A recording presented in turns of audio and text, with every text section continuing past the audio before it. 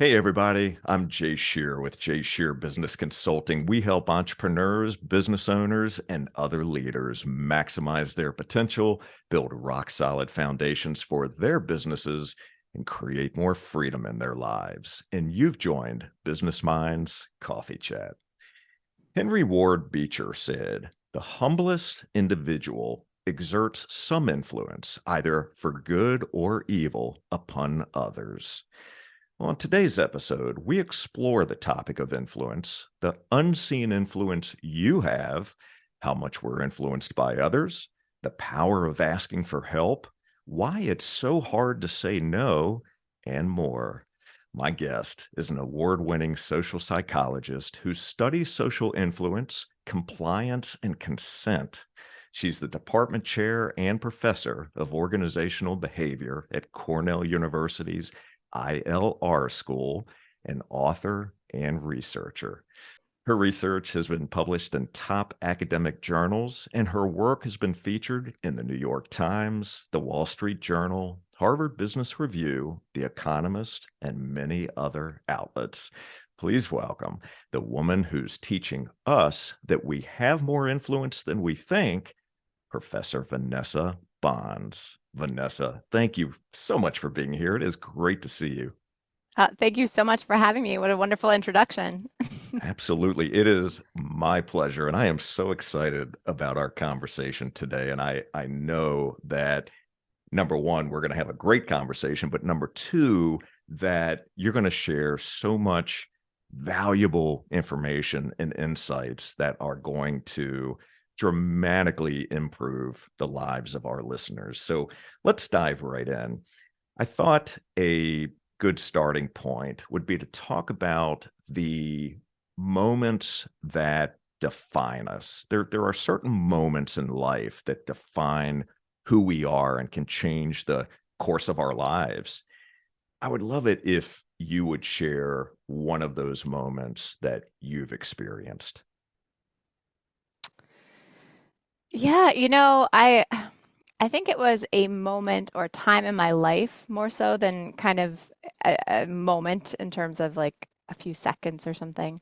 And that period of time was probably, as for many people, when I went to college. But I think it shaped my research later on in kind of a specific way. So I grew up in rural New Jersey, which is a real place. It's actually New Jersey is the Garden State, so we do have rural areas. And I grew up on a farm. My dad was a mechanic. My mom was a special ed teacher.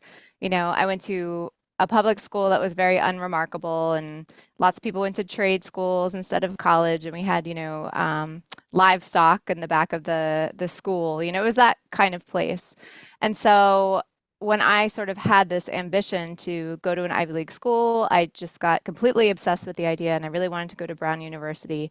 And it just felt like such a reach, and so many people were kind of unfamiliar with the path to get there in my school, and it felt almost unattainable, I think, especially when other people sort of perceived my ambitions. And so when I eventually did wind up getting into Brown and going there, I felt like an imposter. I had very strong imposter syndrome the whole time I was there. For many years, it took a long time to actually feel comfortable sort of around the people who I felt like really belonged there and came from places that were like feeders to these Ivy League schools. In fact, when I studied abroad in Ireland, and when I did that, I had to go to the registrar to get my transcript so I could do like the transfer between the two schools. And when I gave my name, they couldn't find me in the system. And I had this moment after 2 years where I was just like, I knew it. I knew this is all a dream, and I didn't actually get into Brown. But they eventually found it. They just spelled my name wrong or something. So I'd say that period of time in my life, this feeling of feeling like an imposter was such an important sort of psychological experience and kind of moving beyond that. And I'd say I one of the things that I think has kind of made the link from that feeling to what I do now is that I've realized over the years that so many people feel that way, right? Like I was looking around at all these people at Brown thinking these are the people who belong here, right? These are the people who come from the fancy schools and come from these certain kinds of backgrounds. But what I've learned over the years is that they also feel like imposters. And to me, that is the most fascinating thing, that no matter what, your background or your accolades or the successes you've had, many of us doubt ourselves and feel like we don't belong. And I think that's what spawned my interest in what are the biases we take around with us that make us sort of miss what everybody else sees in us, right? So like when I look at those people, I think, well, you clearly belong, but they look at themselves and they don't feel like that. What are those biases? And I think in the domain of influence, that kind of has shaped a lot of my work and my thinking. Well, that's amazing, and I thank you for sharing that. And I can definitely relate, as I know many of our listeners can as well. I'm curious as we think about imposter syndrome and just feeling that way. It reminds me of beliefs, the beliefs that we have about ourselves, the stories that we tell ourselves, and again, talking about biases and all of those things that are either given to us the way we're raised, generational, things that we pick up through media, content that we're consuming, things like that. I'm curious, and you shared a little bit about this, but I want to pull on the thread. What is something that you believed about yourself early on in life that you later discovered wasn't true? Oh, I mean, this is actually a huge one, is that I believed 100% that I would never have a job where I spoke in front of people, right? I would never be a teacher or a professor or someone who went and gave talks. I was such an anxious public speaker. In fact, when I applied to graduate school, so I applied to PhD programs, and I knew that once I got into a PhD program, after 2 years, I would have to give a talk as like a master's defense before I went on to my doctorate. And as soon as I got in, I was worried about this talk that was going to happen 2 years from then, and I was convinced I wouldn't be able to do it. And I wound up over the course of that 2 years, like preparing for that talk that I was so nervous about for so long and just practicing and practicing. And I was lucky enough to have sort of this group of really supportive, a really supportive cohort of other students. And so we would practice in front of each other sort of as much as we needed and get that feedback and get comfortable with it. And I still wasn't 100% comfortable, but I gave that talk. And I learned from that if I practiced enough, it wouldn't be so scary. If I had the slides really well sort of formulated so I didn't have to remember things and kind of lose my spot. And if I was confident in at least how much I knew about what I was saying. So I kind of developed these strategies through that experience and then kept going on to give more and more talks. And now my whole job, like I teach a class of 300 students and it's my favorite class to teach. Like I actually love it and I love being in front of a big group. And it's just crazy to me that even can happen. And it's just from constant practice because once you've done it enough times, you can't get as worked up every time, right? You start to get, it's like exposure therapy, it's like after a while, like the snake just doesn't bother you, right? So it's like that. But yeah, I mean, I was 100% convinced that if you had told me when I was 22 that, at my age now, I would be speaking in front of 300 people on a regular basis like it was nothing and enjoying it, like not even getting through it, like enjoying it. I don't think I would have believed you. That is a beautiful story. I love that. And that one also lands with me. I'll just share very briefly, and I've shared some of this on other podcasts, but when I was young, I suffered with a tremendous amount of self-doubt, lack of confidence. I always sat in the back of the room. I just didn't feel like I was smart enough. And I'm not pointing fingers at anyone in particular, but I was constantly compared with my peers. How come you're not as smart as this person? How come you're not as active as this person, etc. So I had a very difficult time, and I've done a lot of deep work to overcome that. But one of the things that was just incredibly filled with fear for me was the ability to stand up, and even in front of a very small room, a room of 5 or 6 people, just to talk about something that I knew, to share something about myself. And now I'm on stages and speak every week and doing this sort of thing. So I feel you on that. I'm curious, what did you learn about yourself as you were going through that process? So taking that time to change that belief system that you had, taking the time to dig in and practice and learn that craft and realize that you can actually do this. What did you learn about yourself?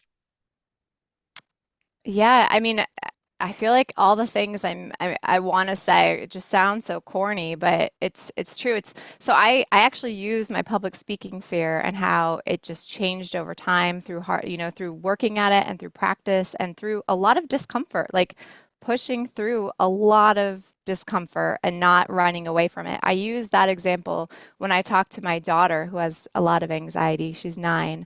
And I talked to her about this idea that sometimes things seem so overwhelming that it's like, I can't imagine getting through that. But you can. Like, I was so proud of myself. I still am so proud of myself, kind of looking back, that I was able to sit through that discomfort, to push through it, to kind of even learn to enjoy it. And I think there are various skills. Like I've drawn a bunch from a lot of my colleagues. Like one of my wonderful colleagues, Alison Wood Brooks, has these findings on reappraising anxiety as excitement.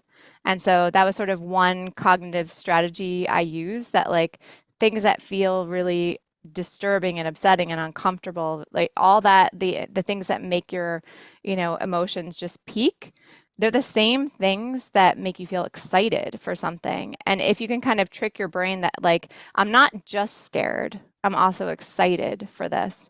I learned that I can kind of trick my brain into at least believing that and then getting through it and realizing, actually, no, that even though it was a trick to start with, it wound up feeling fun and exciting in the end. So, um, I've definitely I've talked to my daughter a lot about that, just about, again, like pushing through the discomfort, not not reading so much into the discomfort. It doesn't mean that you can't do it, right? It's just it might mean that it's going to be a little bit harder. You have to use more strategies, but I think especially when you're young, you take that as a signal, like, nope, that's a signal telling me not to try that thing, or not, that's not for me. I'm going to take this other career path or make this other choice.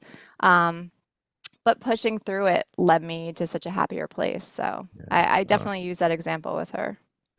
That's wonderful. I use reframing quite a Mhm. bit. It might be different language around the tool or the strategy, but at the end of the day, I try to remind myself that this is just a snapshot in time. This doesn't define me. It doesn't define my capabilities. It doesn't define my potential. It's where I am at this moment. But I know if I look back and look at the things that I've been able to overcome, the things that I've been able to accomplish, where before I said, I can't do that, right? I'm not the kind of person who can do that. But when I reframe that, change the storyline, it changes the outcome. So good for Yeah, you. I Those are love that. those are yeah, those are great strategies. So with with what you've been able to accomplish up to this point in life, have your so you talked about where you grew up, what your parents did. Were there specific lessons that they shared with you that have helped shape the person who you are, that ultimately led to the type of work that you do? I mean, I think for sure seeing my father, who came from, a really poor background in the South, and like put you kind of he's the classic, like, he pulled himself up from his bootstraps kind of person, which is not possible for everybody, but that was his narrative. And he really, he just dug into that. He really just, was always the hardest worker. I knew at anything he put his mind to, and he just did so many different things. He was a mechanic, but then he would start like his own bird farm, and then he would start like a greenhouse company, and he would start a tropical fish company, and he just would like put his whole heart and soul into things. And so I think just seeing someone who just worked so hard all the time. And to be fair, I think now I'm kind of questioning whether I want to work so hard all the time. So it's an interesting sort of place to be as we all kind of wonder like what we want our lives to be like. And especially now with kids, like I want to spend time with them. But his work ethic for sure just really, really stuck with me and I think shaped just the way I approached lots of things. He wasn't the kind of person who would give up, and so that was always kind of in my head. Like my dad would never give up on something like this. So, How about your mother? Same question. so my mother was a special ed teacher, as I mentioned. So she had a real interest in psychology. She actually taught kids mostly with sort of emotional and learning challenges. And so she was really interested in psychology. And there were always these kind of child development and psychology books around the house. And so I'm sure that, played a role, just this general, whether it's just like we both were interested in that or being surrounded by that. But, trying to like figure out what is the best way to like help this child, and to think about it from their perspective. I think that definitely um, it definitely shaped my interests later. Yeah, yeah, I can definitely see that. So, at what point did you make the decision that you wanted to go into academia, build a career in academia? Yeah, again, I actually, when I went to get my PhD, I had taken a marketing job right out of college. And when I was there, I was an account manager. So I was mostly, like a go-between the client and the creatives and the other people in the agency. And I thought my whole life, I thought I wanted to go into advertising. I was an intern in an ad agency when I was like 15, and I had like an ad published in the local paper, and it was like very exciting.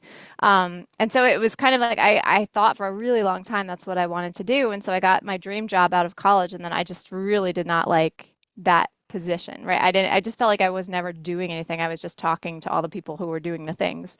And so I kind of had my eye there on the market research group because they seemed to be doing the coolest stuff, right? They would do these focus groups, and I just thought that was so fun.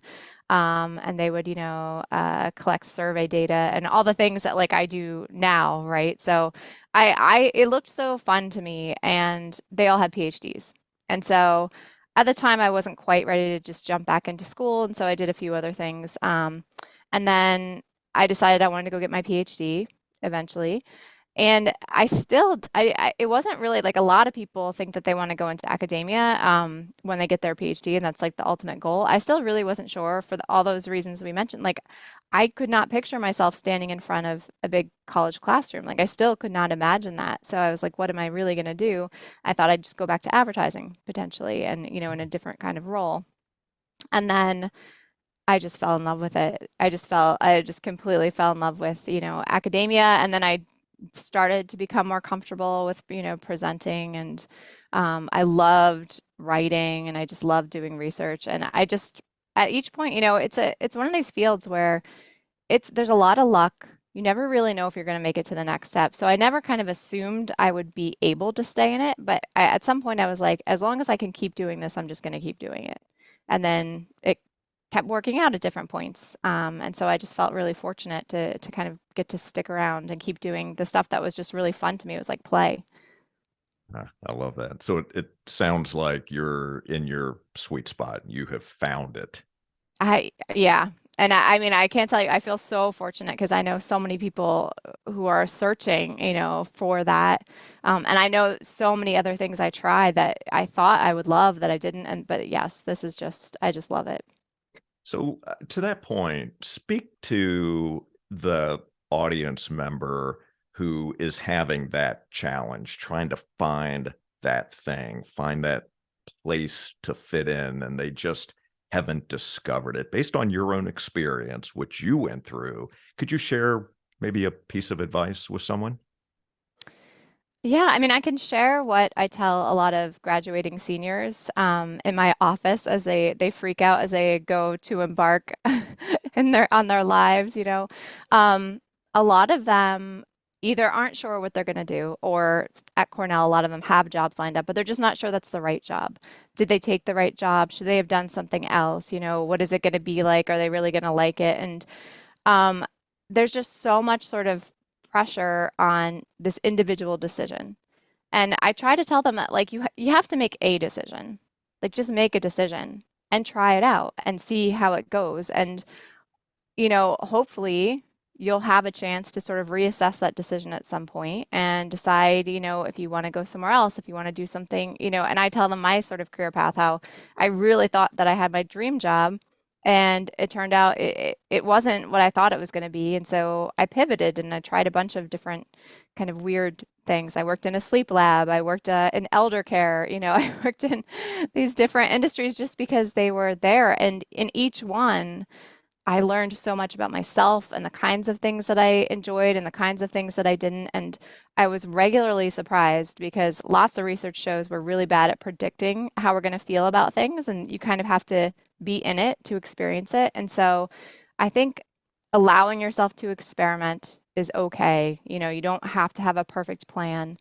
And then, you know, I've often told myself too, like if I didn't have this job I love, how would I kind of approach just life in general? And I think like when I have friends who are struggling with that and they just have tried for years to kind of fall in love with their work. And we talk a lot about, you know, building meaning in other ways, you know, finding meaning through hobbies and through relationships and through other things that you can do kind of on the side. Because I don't think that your job for, you know, it's just not going to be everything and everyone's meaning for everyone. You know, it's just impossible for that to be true. Yeah, I agree with you on that, and that's great advice, by the way, for those that are watching and listening right now. I want to make a point here. Make sure that you are taking notes because there's some great information that's already been shared, and we're going to be digging deep here, continuing to dig deep, and want to make sure that you don't miss a thing. And one of the key things that I heard that you said was to just take action, right? Experiment, go do something. It may not be the exact thing that you want to do today, but it's okay to experiment. And it's okay also to pivot and try different things. That's how we find the things that are most interesting to us. And so I appreciate you sharing that. So I want to switch gears here for a moment and I want to talk about your latest book, which is an amazing book, by the way. And we're going to link to Thank this, you. obviously, in the show notes. But the book is called You Have More Influence Than You Think. And it is a fascinating read that is full of research and stories and just some great information. And I can share with you that when I was reading it, number one, I took a lot of notes, but I also, it just opened my eyes to things that I wasn't even aware of. And the studies behind the stories are just so incredibly interesting. So I can almost feel your level of excitement as you're doing this research and why you're so driven toward that. And so I want to talk about the book. I first would love to find out from you what the experience was like bringing this book to life.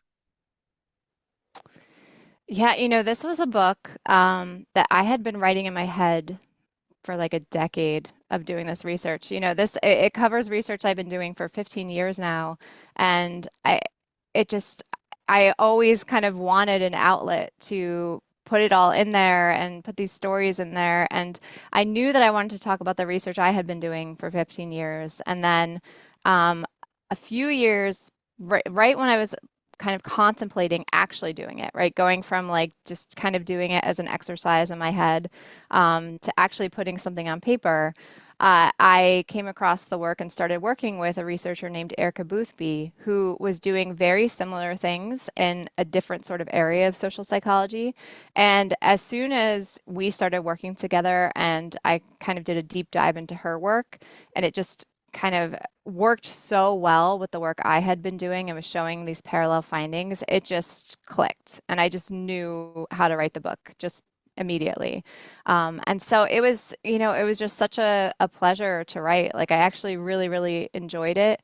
And I felt like it was this really important counterpoint to like all the books out there about getting more influence. You see all these books where it's like how to gain influence, how to have influence, how, tips and tricks for like, and I won't pick on any specific titles or anything, but and those are all fine and they offer interesting information that's informative to a lot of people. But as a social psychologist, in my work and Erica's work and other people's work, I just see all the time how much influence we have. And so it's really funny to me that people kind of feel like they need these resources to have influence when I'm like, we literally have studies where someone walks in a room and influences everyone in the room. So it just I wanted to sort of have that counterpoint of, yes, you feel like you need all these resources, but actually, I want you to know that the research shows that you also just don't. You have all this influence already. So those can be helpful. And, there are differences if you like ask for something one way versus another, sure. But first you need to ask and you need to be convinced that asking is going to have an effect. And that's the kind of finding that we really focus on.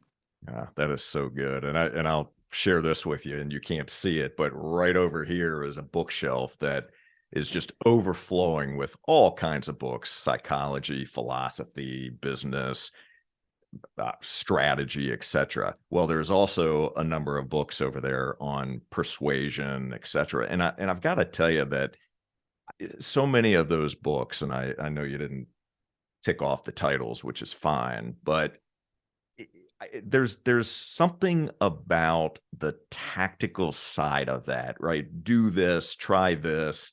It didn't land well with me. And your book, which is not one of those, but it really shares with us that we have it within ourselves, which I love. And it's a matter of pointing that out and going through different exercises, the research that you did to show that when we do certain things, we already have that influence. It's a matter of bringing it out to those that are around us. So it's it really is an interesting thing, and I'm so glad that you brought this book to life. So I'd love it if you would first share with us what your definition is of influence.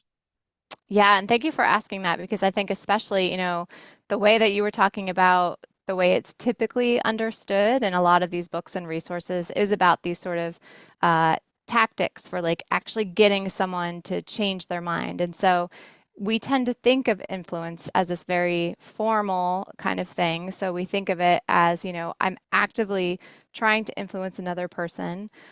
When we picture influence, we also tend to picture sort of the moments where we're trying to influence someone who believes the complete opposite of what we want them to believe. And so it's these, very formal, very sort of assertive forms of influence.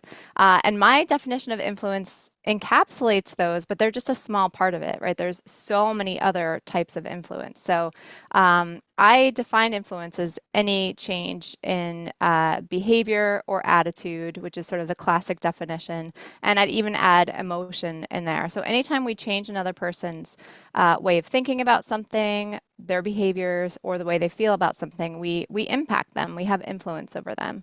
And that can include all sorts of situations we don't normally think about. So, for example, if you and your friend are behaving in a similar way, and they see you behaving in that way, and that keeps them doing the thing they were already doing, you influence them. You kept them doing the thing, but you would never know it because they're just doing the same thing they were already doing, right? So it can actually, or it can be believing something, even more strongly, that thing that you believed, right? So again, like friends tend to share a lot of opinions. You confirm your friend's opinion. They believe it a little bit more. You influence them. You might not know that though, because their opinion didn't officially change. It also includes situations where the audience member is influencing the speaker. So speakers often tune their language to what they think the audience wants to hear, and that can actually impact what they believe about a certain issue. And so just by being in the audience, we have influence. It also encapsulates, situations where you say one thing and the person's mind isn't changed, but they're thinking about it a week later and someone else said something else. These kind of delayed and cumulative aspects of influence. So it's just a much more broad definition that I think is more true to what influence actually is, this impact that we all have on one another. Yeah, I love that definition. It just makes much more sense, and it's a broader context around it as well. So I've heard you share this story before, but I think it's important to give our audience some context as well.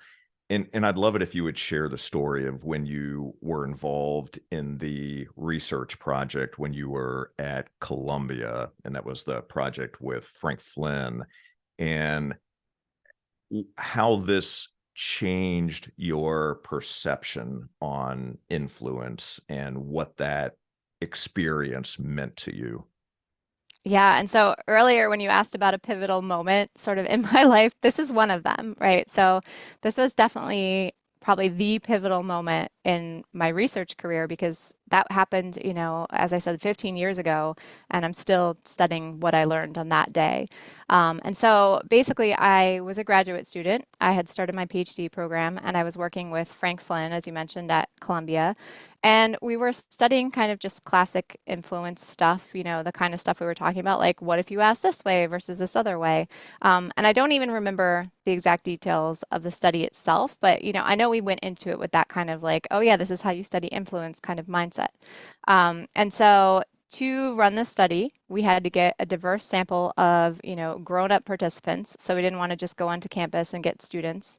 And so to do that, I would have to take the subway from up at Columbia all the way down to Penn Station and go up to strangers and ask them to fill out my little survey. And so I would go up to people one after the other and say, will you fill out this questionnaire?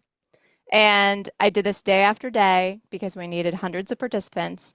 And it was just the most traumatic, painful experience. It was so awful. And I would just, sweat and just be so anxious. I mean, we already talked about like I did not love talking to strangers anyway. And so having to go up to like one person after the next and each time I just had this feeling in my gut like, oh, they're going to be so mad at me. They're going to be so irritated. They're obviously going to say no. And so when the study was over, right, I had gone through this experience. It was really painful. I was so relieved to be done collecting data. And so back in the day, it was all like paper surveys. So I brought my little stack of paper surveys up to Columbia. We entered all the data and we finally got to look at it and analyze it. And it turns out that what we were kind of going out to study didn't work. And that is totally normal, right? We run lots of studies in science that don't work. It's kind of just par for the course. But in this case, I was very upset about the study not working. And so, we were looking at the data and I was describing how upset I was that it didn't work because it was just such a horrible experience to Frank. And, it was this interesting moment because Frank had access to the data I had collected. So he was looking at the spreadsheet, looking at, how many people said yes to me.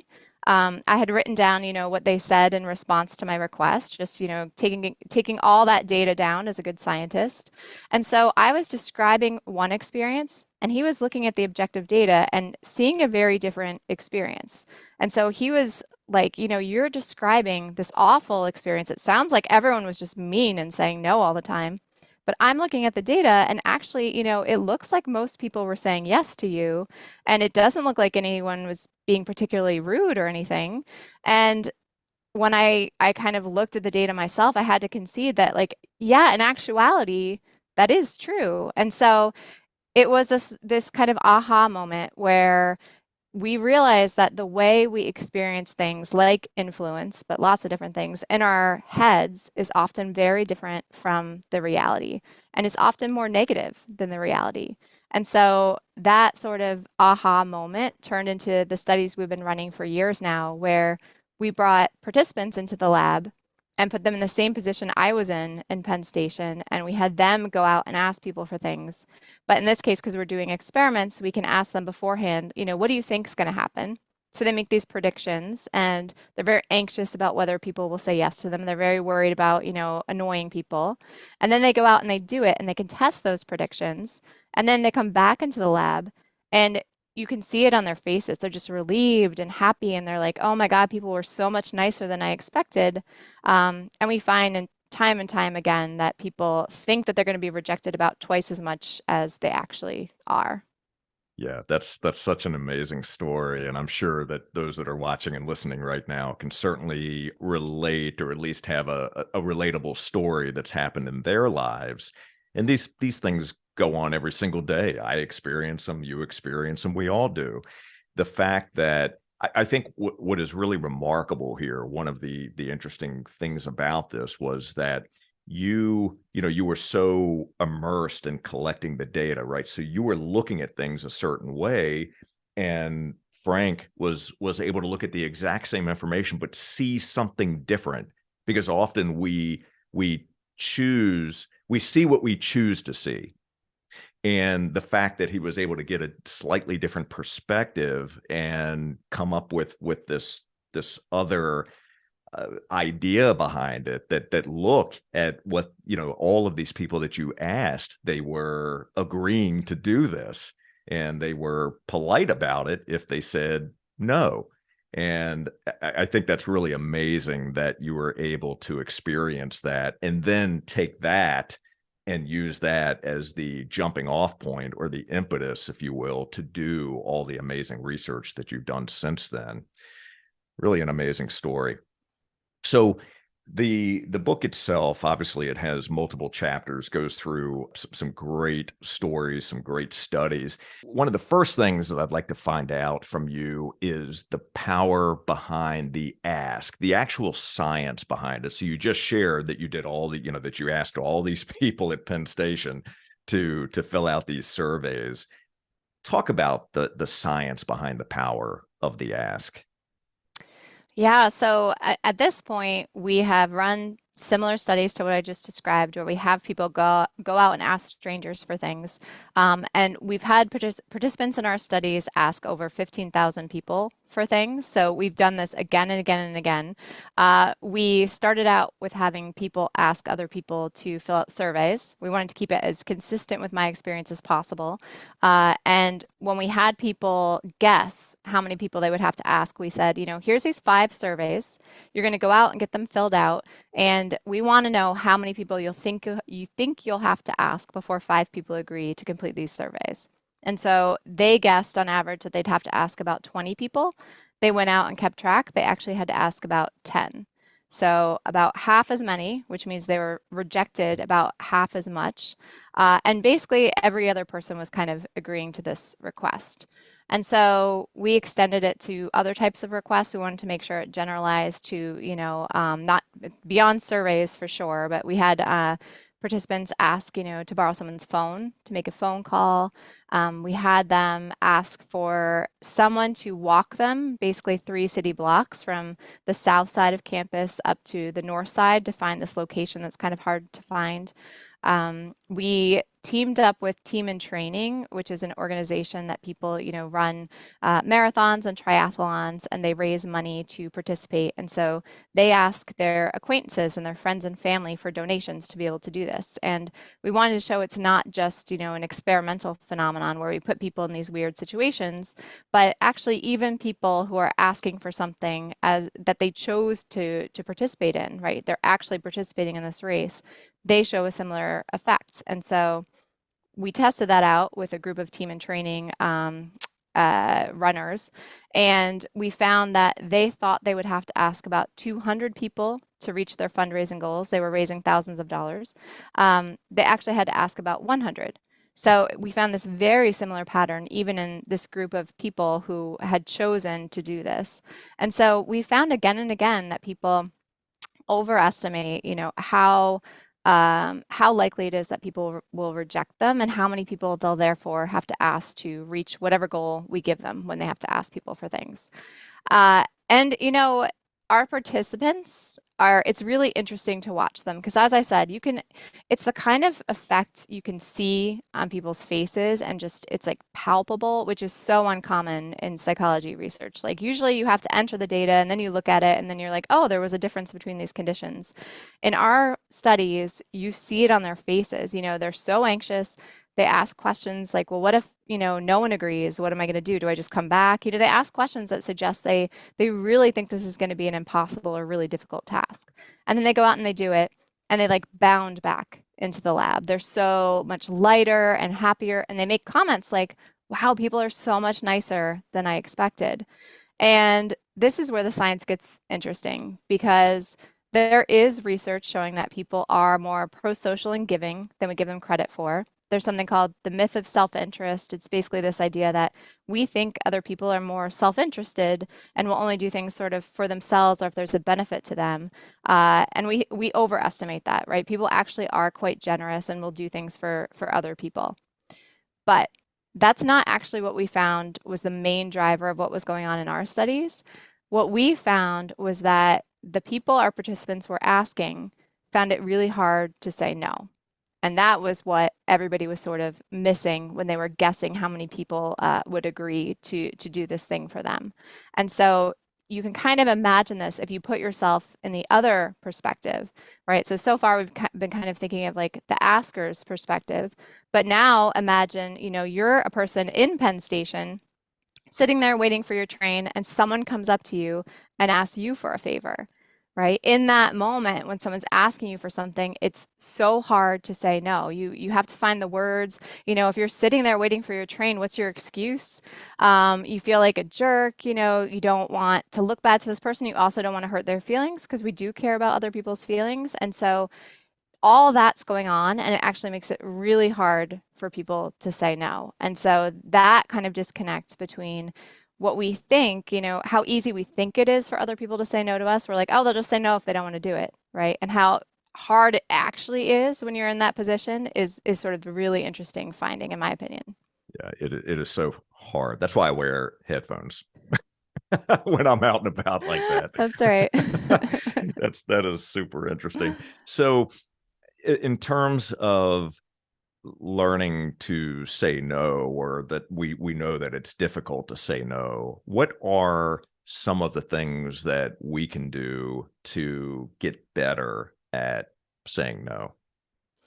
Yeah, so it is really hard to say no, and I think that it's like such a given. There's very few people who are like, oh yeah, I'll say no to anything. There are those people, but I think it's much more common that it's really difficult. And so I think there's a few things that we found in the research make it easier.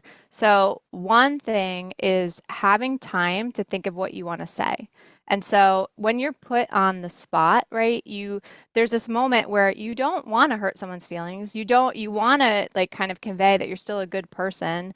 You want to show that, you're a team player, whatever it might be. But in that moment, it's hard to come up with the right words to say all that so that you actually feel comfortable saying no. And so buying yourself time, I think, is one of the number one ways to get better at saying no. So when someone puts you on the spot, say, oh, let me think about that and I'll get back to you. So you don't actually have to say no to them, to their face in that exact moment when you don't have the right words. You could say like, let me check my schedule. Let me see what else I have going on, whatever it might be. Like, I just let me think about it. And then you can get back to them over email where you can actually write out exactly what you want to say that you feel okay saying, and it can address like whatever the worry is that's keeping you from being able to say no right there in that moment.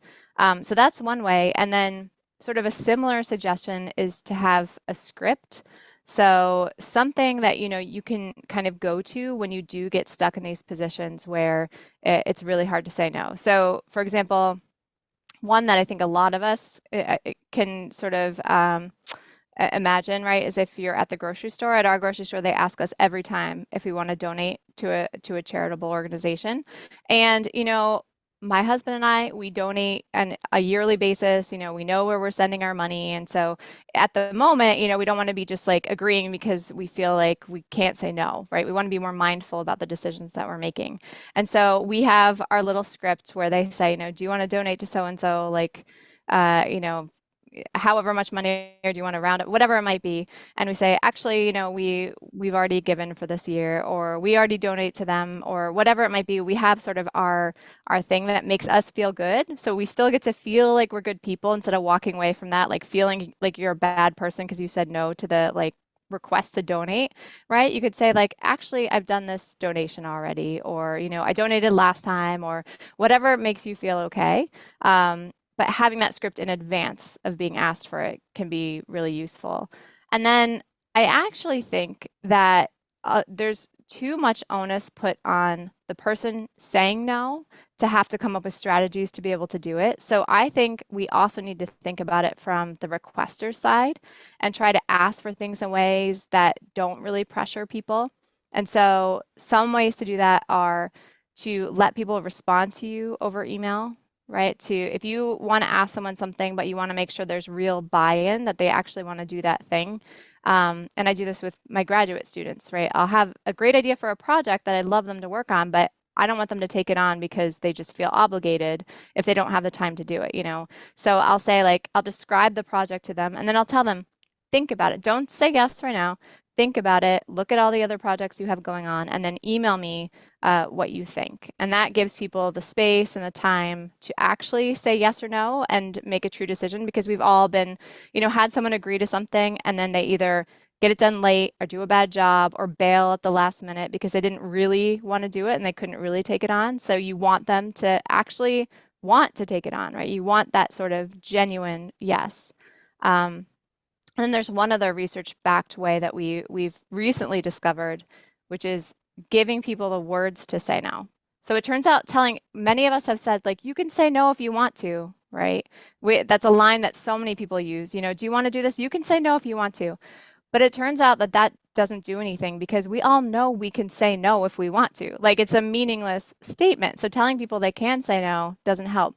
The problem is, in the moment, you don't have the words. And so if you tell people, if you don't want to do this, just say da da da da, you just gave them their line, right? And so they could just say that line back. And we found in our studies that if we provide participants with a line to say no, they say no more often and feel more free to say no, even if they say yes, than if we tell them, and by the way, you can say no.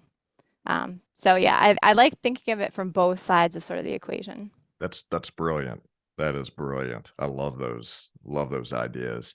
And like you just described at the grocery store as an example, same thing happens here. I'm sure it happens in many other areas as well. And I go to the grocery store that I go to twice a day, right? Because I'm driving by it on the way to meet with clients or business meetings, things like that. So I'll stop in and just get something very briefly. So I'm asked that question about donating to something multiple times a week. And even though I have the words to say no, or I've already donated, or similar to what you said, we have specific areas that we donate to at the end of the year, I still walk away and I just feel, it's brief, but in that moment, I feel so bad and it's difficult. I mean, I get it. It's difficult to say no, especially because it was done in person. So speak to that for just a moment. If we're going to ask, what is the difference between asking for something in person versus asking using email? Yeah, so this is actually a very important and huge caveat to all the studies I was talking about earlier. So as I mentioned, we've had just thousands of people participate in our studies and underestimate how likely people are to agree to things. All of those studies are in person. They're all an individual asking another individual face to face. And so we hypothesized that it would not be true over email or text-based sort of communication. And so we ran a series of studies where we had people ask either in person or over email and make that same guess about how many people would say yes in both cases. And it turns out that people still underestimated in face-to-face, but over email, we overestimate how likely people are to agree to us. And in fact, when we looked at the actual numbers, face-to-face was 34 times in one study, 34 times more effective than asking over email. So, but the interesting thing there too was that the people asking didn't really see a difference. And part of that is that when we're the ones asking, we assume that people are going to make a decision based on like an assessment of the costs and benefits of agreeing. We think that they're going to sort of rationally be like, yeah, I have time to do that and I want to do that. As opposed to like, oh, I feel pressured to do that, or oh, I feel so like empathetic, and worried about this person who's asking me face to face.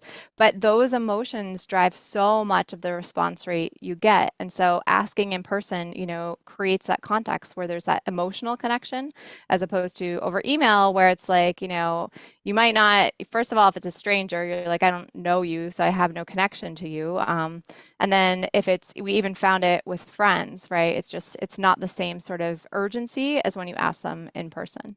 Interesting. So, with all of the research that you've done, writing this book and everything that you've been involved in, how does it influence the relationship that you have with your husband today, and also the way that you raise your daughters? I don't know if it influences my relationship with my husband so much as opposed to like in some situations, I can just remind him of the research and he knows it because like he's heard it so much. So like the story I tell in the book where, he was like ready to just drive off. Like we had a flat tire and the garage was closed. And so, but the person was still there. And as soon as he like called out to the guy and was like, "Are you guys closed?" And the guy was like, "Yeah." So my husband's like starting to drive away. And I was like, "Steve, we know if we ask that they'll probably help." And so we wound up asking this person to help us. It was like this quick little fix that took no time at all. And so he was totally happy to do it. So there are those moments where it's like, no, we have to like ask. But I think that's pretty, he gets it immediately. With the girls, so I have two girls. I have a 5-year-old and a 9-year-old. And it actually really, I think, impacts how we talk to the girls because we talk like I think every day about how hard it is to say no to things, so that when my girls say like, "Oh, I did this thing because I couldn't say no," I like we go on these long conversations about it. So one example. And my husband thinks I should name my next book like Lessons from a Hibachi Restaurant because of this example. But we love going to Japanese. And there's like the regular Japanese table, and then there's the hibachi table with the fire and it's like a show. And so, kids love hibachi. You would think that the kids would always choose hibachi. And so we went a couple times, and then it started to be that we would go to Japanese and we'd say, like, "You guys want hibachi?" And they'd be like, "No, we just want a regular table." And so it was mostly driven by the 9-year-old. The 5-year-old just wants whatever the 9-year-old wants. But so after a while, we asked like, "Why don't you like hibachi anymore?" And my 9-year-old was like, "Because they keep throwing food in my mouth, and I hate when they throw food in my mouth." And I was like, "You could just say I don't want to do that part." And she was just like, "No, I can't. I can't say that." And so we've decided we're going to start going to hibachi as like a regular training session to learn how to say no and just have her say like, "No, I'm not going to have food in my mouth." But I Start definitely them like, young. yeah, I feel like just having that, feeling empowered to make decisions, like just because someone asked you doesn't mean that you have to do something. You get to choose. It's just such an important lesson I want them to feel. And it doesn't mean say no all the time. Like that's something people are like, "Oh, do you say no all the time?" Like, no way. I'm constantly agreeing to do things that I don't necessarily want to do, but I do it mindfully, right? I like actually think about it and feel empowered and then decide, it's not my favorite thing, but there's a good reason to do it for this person or for, for this reason or that reason. And so it's just feeling like you know how to say no, and then you can decide whether or not you're going to use it. Yeah. Oh, that's fantastic. That is so brilliant. I love the fact that you're going through that training process with your children. That's such a powerful thing to be able to do, to be able to say no and to be able to articulate that and feel confident and have the courage to do that. So I'm curious how technology and social media has changed the way that we influence others. If you could just very briefly speak to maybe the potential risks as well as the benefits from what you've seen. Yeah, so one thing I talk about in the book is something called the invisible audience of people who see the things you post on social media. So a lot of us gauge how many people see our posts based on engagement. So we see like, oh, this many people liked my post or this many people commented on it. And we kind of assume like that small cluster of people are the people who are actually seeing the things we put out there. But actually, there's an invisible audience that's just magnitudes more than that who see the things we post and they might not necessarily engage with them. And so when researchers have asked people, like, how many people do you think saw this post that you made, right? We vastly underestimate that invisible audience. And so that means we can get kind of lazy about the things we post, right? We might just post like silly things or things that kind of frustrate us or things that we tend to post more emotional things. So there's research showing that like if something really bothers you or angers you, you're more likely to post that or disgusts you, right? And so we might just retweet something or post something. And so many more people are seeing that than we realize, which means that if it's misinformation or if it's, upsetting in some way, that's impacting so many more people than we realize. And that's, again, there's positives and negatives, as you mentioned. So if it's misinformation, it's impacting fewer people. But if there's something you really do want to put out there, if there's something positive you want to spread, it's also reaching more people than you realize. And so it means that we just have more influence than we think, even on social media. Interesting. So to that point, when you're posting, and we're going to share your social channels in the show notes as well, but when you're posting, even though you know about this invisible audience, does it bother you at all if you don't see the level of engagement that you would like to when you put something out? That's a really good question because I think, you know, we're always comparing ourselves to other people, I think. But we also, especially if you're on social media a lot, we're comparing ourselves to like other posts, right? So if you had one post that got a ton of likes, you're like, oh, well, now why didn't this one? What's wrong with this one? Um, I try not to let that bother me. I don't, and I do know, like the research does make me feel better about it because I know that lots of times, particularly if people don't want to publicly like something, lots of people may still be seeing it and may agree with you. And in fact, there have been times I've gotten like direct messages from someone who, didn't comment on my post, but saw it and noticed it, or someone will tell me later, oh, I saw this thing. And it could have been they didn't want to, engage with it for some reason. Maybe it was a little bit controversial or whatever it might have been. But yeah, and the other research I talk about in my book too is that we tend to compare ourselves too much to sort of the biggest influencers, right? The top of mind influencers with the most followers and the most engagement and the viral posts and all that stuff. And in fact, those people are such exceptions that we really should just be comparing ourselves to, first of all, a different group of people, maybe also ourselves from prior posts, but also maybe just not at all, just kind of engaging for reasons of connection and to actually, put things out there that you feel good about. And I think that is part of it. It's if the goal is to like get likes and get comments and things like that, then you're less likely to put things out that you feel really like genuinely passionate about. And those are the things that you want to share, right? That you would want even an invisible audience to see, presumably. So I think that's a healthier way probably to engage with social media. Yeah, that is so good. Such great advice. So as we are wrapping up our conversation, a few things for you, and we have all of your social links and links to purchase the book, which we're gonna share with everyone. And I would encourage everyone to definitely go out and buy a copy of this book. It's incredible. So what what's one or two big questions that you're asking yourself today?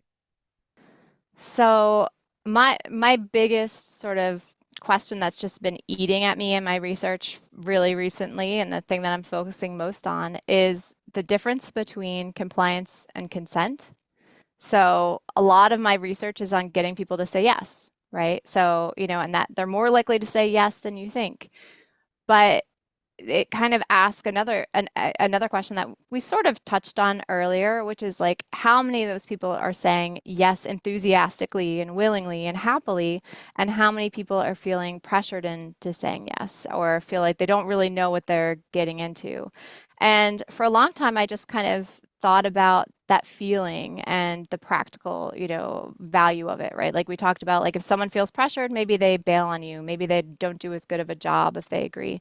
But lately, I've been thinking more about the kind of definitional and theoretical aspect of it, and it turns out that the difference between those two feelings, right, of enthusiastic yes and like I feel pressured, is the difference between compliance and consent.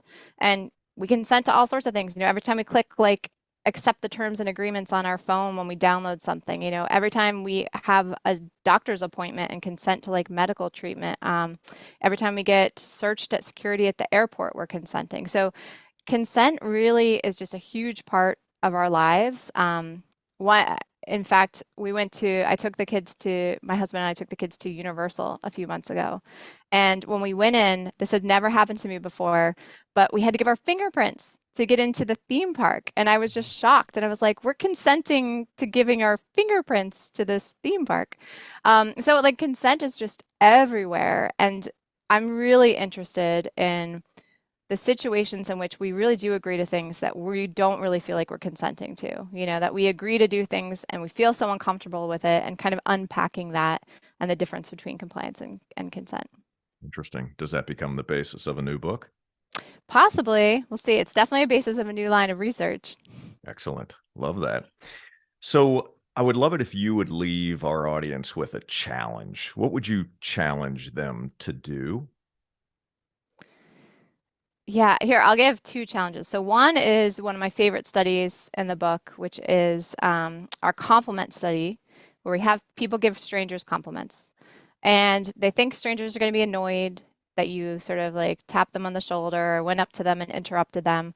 But at the end of the day, people just like hearing nice things about themselves. And so people tend to underestimate how good a compliment will make someone else feel. And it makes us feel good to give compliments too. So one simple challenge I would say would just be to, the next time you think someone nice about someone, actually say it. Because how many of us, think something nice and then don't actually voice it to the other person? So try to say it. Just tell someone, the positive effect they had on your life, or, just that you thought they gave a great presentation, for example.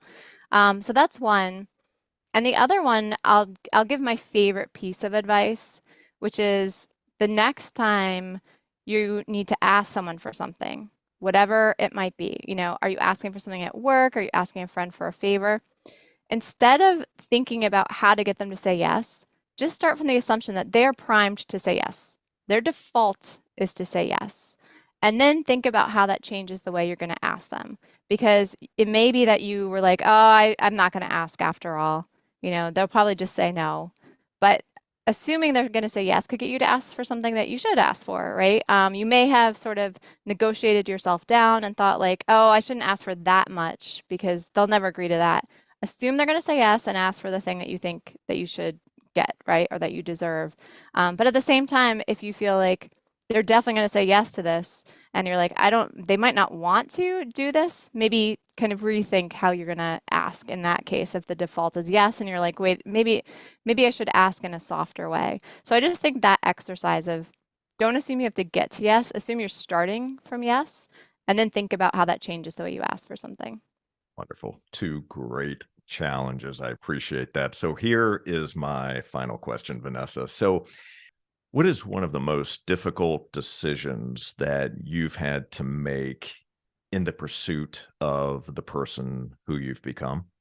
Wow. I mean, I think it's a decision I make every day, which is this work-life balance question. And I think that's probably a cliche answer in some ways, but I feel like every day I have to ask myself, Do I work a little bit more on this book project I'm really excited about, or this research project I'm really excited about, or do I leave a little early and spend some extra time, with my kids? And I have a pretty flexible schedule compared to a lot of other jobs, so I really get to make those decisions on a regular basis. And some days I think like, of course, why wouldn't I want to spend, as much time as possible with my kids? And then I pick them up and then they whine and just don't even want to do anything. And like, and then I'm like, why am I not working on my book right now? Um, and then, other times I'm just like loving what I'm doing so much and I just want to keep writing. So I think that balance, like I love spending time with my kids. And the thing is, this is one of the problems with loving my job, right? Is that I also love my job. And so I feel like I'm constantly having to make these hard decisions on a regular basis between those two things. Understood. Excellent. Well, I want to thank you, Vanessa, so very much for joining us today on Business Minds Coffee Chat, talking about compliments here. I want to give you a couple. So first, thank you again for bringing your amazing book, your research to life, so it's applicable and digestible for all of us, and also for not only sharing your insights, but sharing your humanity and just being your true, authentic self. I'm grateful for you and I appreciate it.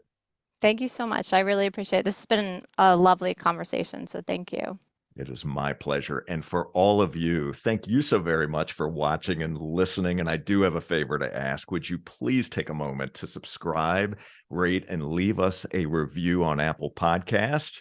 I would greatly appreciate that. That helps us grow this podcast and continue to attract amazing guests like Vanessa. So to enjoy more episodes, all you need to do is visit jscherbusinessconsulting.com, click that podcast button.